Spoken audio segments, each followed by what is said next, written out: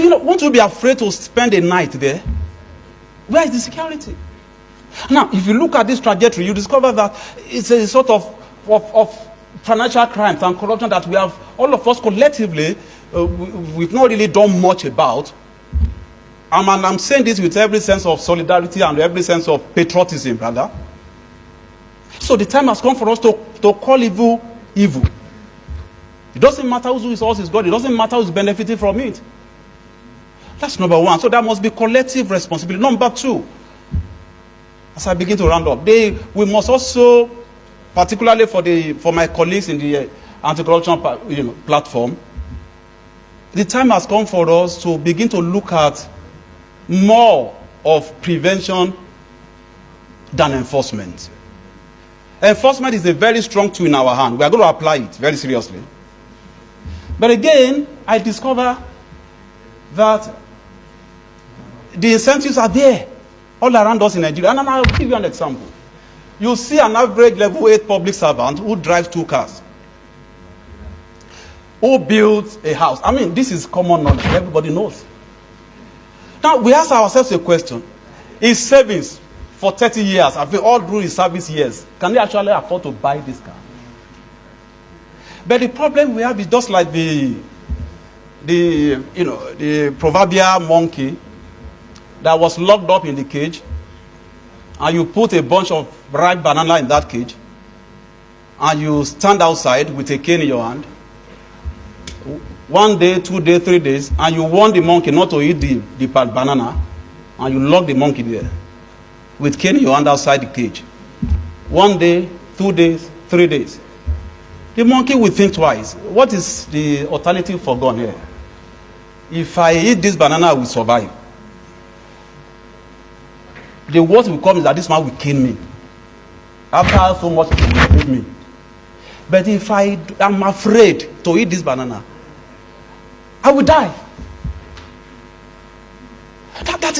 That is where we have gotten to. That everybody wants to dip hands into the treasury and all of that.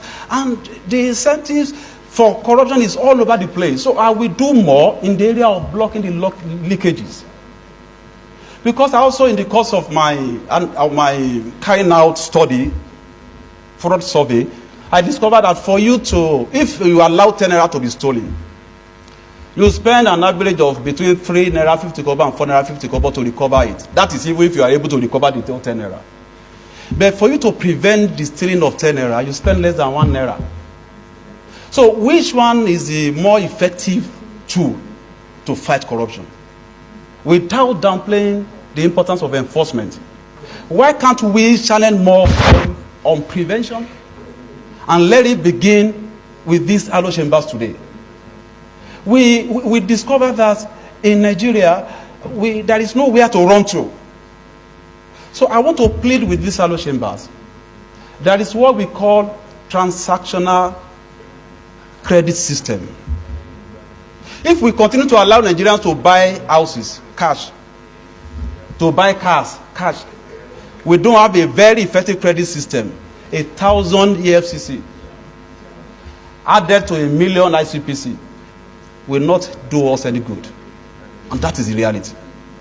We must create that atmosphere as lawmakers for people to have choices. Look, if I don't steal money, can I afford to train my children in school? Minimum standard. If I don't steal money, can I buy a car after I've worked for 5 years? If I don't steal money, can I at least put 3-bedroom bungalow in place after I've worked for 15, 20 years? An average Nigerian doesn't have a hope. When he has the opportunity, he will steal. And even if he doesn't have it, he will create one.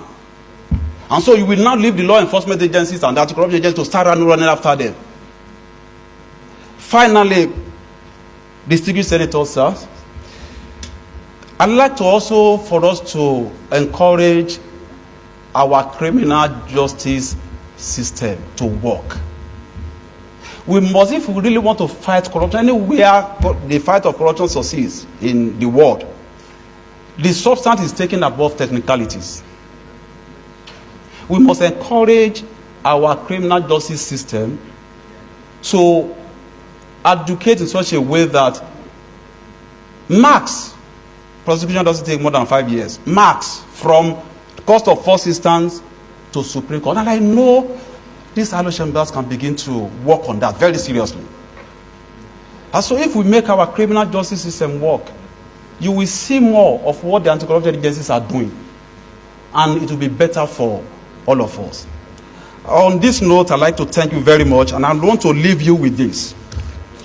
I did a survey between 2018 and 2020 of 50 entities in Nigeria.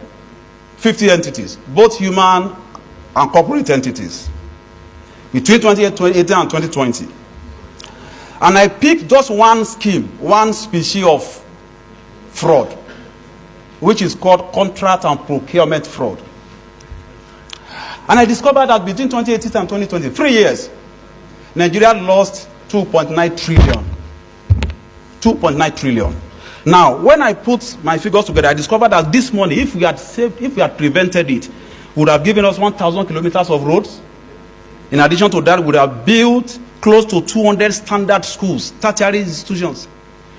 In addition to that, we would have educated about 6,000 children from primary to tertiary levels at 16 million per child. We would have delivered 20,000 units of 3-bedroom houses across the country, and even more.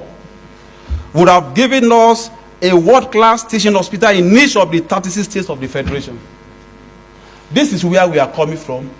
This is where we are. Where we are going to go depends on the decision we take this afternoon. Thank you very much. Thank you.